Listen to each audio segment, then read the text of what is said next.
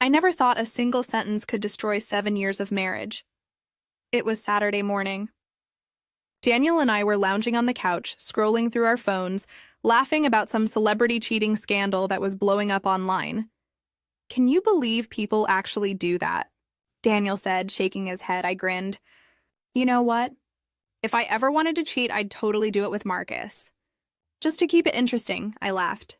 Daniel didn't. The silence that followed felt like ice water down my spine. His face went pale, then red. His jaw clenched in a way I'd never seen before. "What the hell did you just say?" His voice was shaking. I sat up, suddenly aware that my joke had landed completely wrong. "Daniel, I was kidding. Obviously. Marcus is your best friend. Are you serious right now?" He stood up, his hands balling into fists. "You just casually told me you want to sleep with my best friend?" "No, God, no." It was a joke. A stupid joke. That's not funny. I know, I'm sorry. I wasn't thinking, but he wasn't listening. He grabbed his car keys from the counter and headed for the door. "Daniel, wait! Where are you going?" He didn't answer. The door slammed behind him. That night, he didn't come home, or the next night. When he finally walked through the door 2 days later, he looked like a stranger. Cold, distant. He wouldn't meet my eyes. "Daniel, please talk to me." "I'm so sorry. It was just a dumb joke." "I need space," he said flatly. "Space? For how long?" He didn't answer. A week later, an envelope arrived. I opened it with shaking hands. Divorce papers. Irreconcilable differences and suspected infidelity. I read the words 3 times, my vision blurring. One joke, one stupid, thoughtless joke. And my entire world was falling apart. The divorce papers claimed I'd been having an emotional affair with Marcus for months. I called Daniel immediately. Voicemail. I texted him. No response. I drove to his office, my heart pounding. His assistant, Sarah, stopped me at the front desk. "I need to see Daniel, please. I'm sorry, he doesn't want..." "Just 5 minutes." "This is all a misunderstanding." She looked at me with pity and shook her head. That's when I knew. Daniel had already told everyone his version. I was the villain in his story. My phone buzzed constantly. Messages from mutual friends, is it true? How could you do this to him? Poor Daniel. No one asked for my side. Then Marcus called. "What the hell is going on?" He demanded. "Daniel just called me saying you've been obsessed with me? That you confessed you wanted to sleep with me?" "Marcus, I made a joke." "One stupid joke?"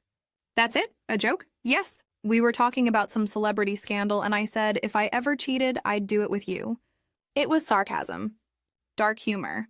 "I don't know, I wasn't thinking." Marcus was quiet for a long moment. "Listen, I believe you. But Daniel's convinced himself this is real. He showed me text messages between us that he claims prove you were flirting with me." My blood ran cold. "What messages?" "I never flirted with you through text." "Exactly," Marcus said slowly. "Which makes me think someone's lying here. And it's not you." I couldn't sleep that night. If Daniel fabricated text messages, what else was he lying about? I grabbed my laptop and opened our bank statements. Daniel had always handled our finances, so I rarely checked them. What I found made my stomach turn. Large withdrawals. $15,000 over 6 months.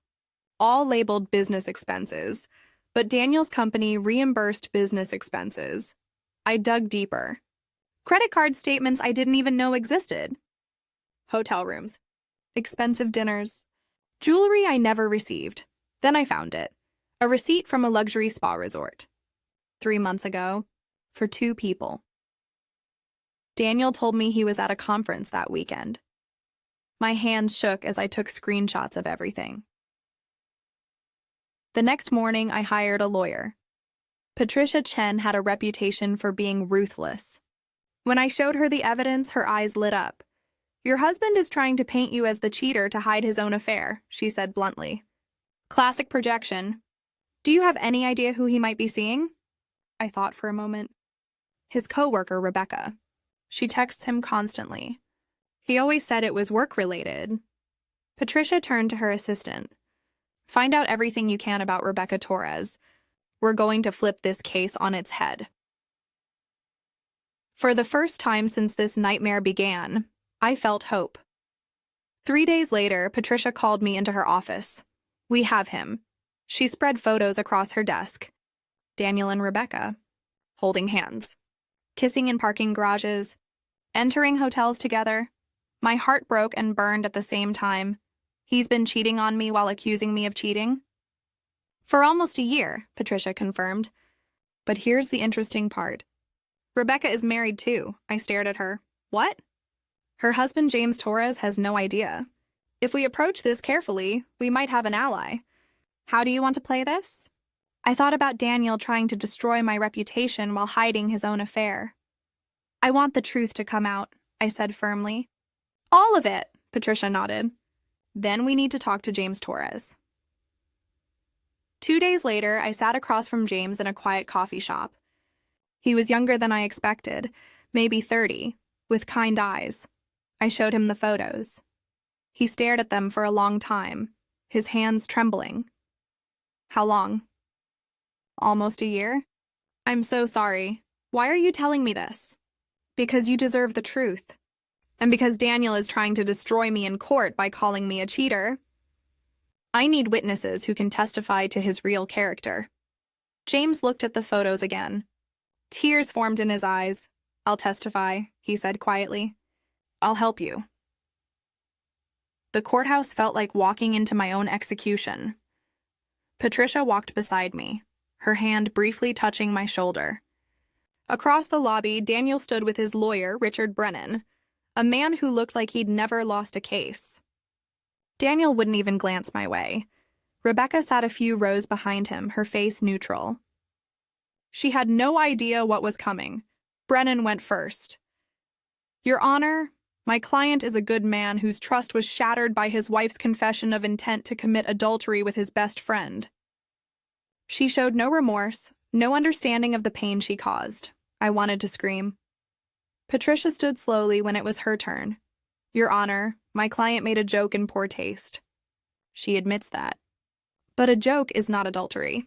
What is adultery, however, is a year-long affair with a co-worker while accusing your innocent spouse of the very thing you're guilty of.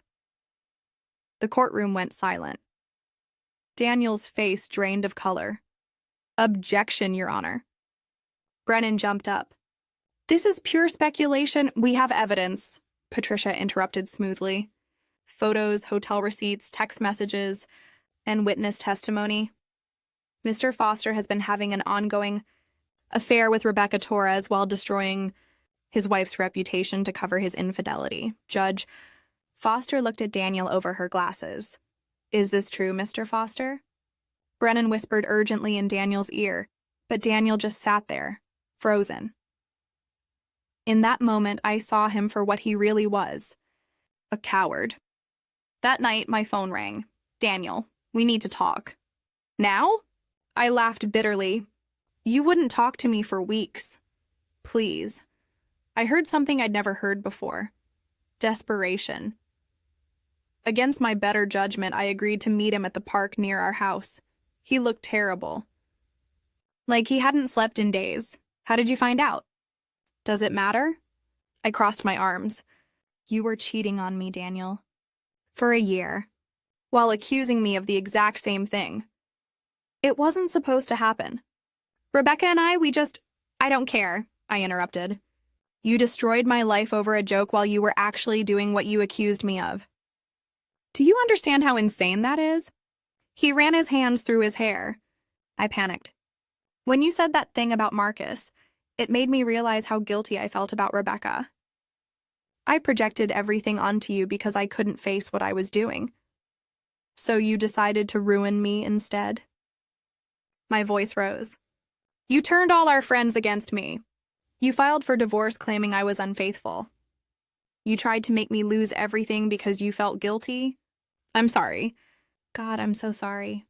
Can we fix this? Maybe counseling. Are you out of your mind? I stared at him. You think I'd ever trust you again? You showed me exactly who you are, Daniel. You're selfish, manipulative, and cruel. Whatever love I had for you died the moment I saw those hotel receipts. What do you want? I want everything. The house, the savings, half your retirement fund, and I want everyone to know the truth.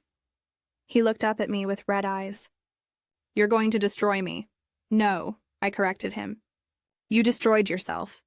I'm just making sure everyone knows it. The next day, Patricia called Rebecca to the stand. I watched her walk to the witness box, her confident stride faltering when she saw James in the gallery. Under oath, Rebecca tried to deny everything. Daniel and I are just colleagues. We work closely together, but there's nothing inappropriate. Patricia smiled. Ms. Torres, are you aware that lying under oath is perjury? She placed photos on the exhibit table. These were taken over the past 6 months. Would you like to explain what kind of work requires this level of physical intimacy? Rebecca's face flushed red. The courtroom buzzed with whispers. She looked desperately at Daniel, but he was staring at the floor. It was a mistake. A year-long mistake? Patricia pressed. A mistake that continued even after Mr. Foster filed for divorce, accusing his innocent wife of the very thing you two were doing? Rebecca started crying. I didn't know he was going to blame her. He told me they were already separated, that she had been cheating first. You thought what? Patricia's voice sharpened. That it was okay to destroy another woman's marriage because your boyfriend lied to you? Objection. Brennan stood. Counsel is badgering the witness. Sustained, Judge Foster said, but she was looking at Rebecca with obvious disapproval. But I think we've heard enough. Ms. Torres, you may step down. Rebecca walked past James, sobbing. He didn't look at her. Just stared straight ahead. I knew that feeling. When someone you loved became a stranger. When James took the stand, the courtroom fell completely silent. My wife destroyed our marriage for a man who was willing to destroy his own wife to hide their affair, James said, his voice breaking. And the worst part is, she didn't even care who got hurt. Brennan tried to object, claiming irrelevance. But Judge Foster overruled him every time. Mr. Torres, Patricia asked gently, when you learned about the affair, what was your first thought? James looked directly at Daniel. I thought about how his wife must have felt, being accused of something she didn't do while he was actually doing it. I thought about how cruel that was. He paused. And I thought about how if he could do that to someone he'd been with for 7 years, then Rebecca never stood a chance either. He would have thrown her under the bus the same way eventually. Daniel flinched like he'd been slapped. After James finished, Patricia rested our case. During recess, I saw Rebecca approach Daniel in the hallway. I couldn't hear what they were saying, but I saw her slap him across the face before storming away. Even she finally realized she'd been used. Judge Foster looked directly at Daniel. Mr. Foster, in 20 years on the bench, I've seen many cases of marital infidelity. But I've rarely seen someone project their own guilt onto an innocent spouse with such calculated cruelty. She adjusted her glasses. Your wife made a joke in poor taste. You launched a systematic campaign to destroy her reputation while hiding your own year-long affair. The difference is quite stark. Brennan tried to salvage something. Your Honor, my client is willing to settle. I'm sure he is, she interrupted. Given the evidence presented, I'm ruling in favor of the defendant. She outlined the settlement. I would get the house, 70% of our shared assets, half of Daniel's retirement fund, and my legal fees paid in full. Furthermore, I'm ordering that all documentation of Mr. Foster's false accusations be removed from public record and replaced with a statement acknowledging that the divorce was granted due to his infidelity. Not hers. Tears streamed down my face. Relief. Victory. It was over. As we left, Daniel tried one last time. Wait, please. I turned to face him. He stopped at my expression. 7 years, I said quietly. 7 years I loved you, trusted you, built a life with you. And you threw it all away because you couldn't face your own guilt. You don't get to say anything to me now. I never meant for it to go this far. But it did. And now you have to live with that. I walked away without looking back. 3 months later, I sat in my house now, drinking coffee and watching the Sunrise. Marcus had helped me move Daniel's remaining things out the week before. I still can't believe he torpedoed his entire life because you made a joke about me, Marcus had said, shaking his head. If I'd known I was that irresistible, I would have used it to my advantage years ago. I'd laughed. Really laughed. For the first time in months, the social damage had been harder to repair. Some friends apologized when they learned the truth, but many simply disappeared, too embarrassed by their rush to judgment. I realized I didn't need them anyway. Patricia texted me one morning. Thought you'd want to know, Rebecca and James are getting divorced too.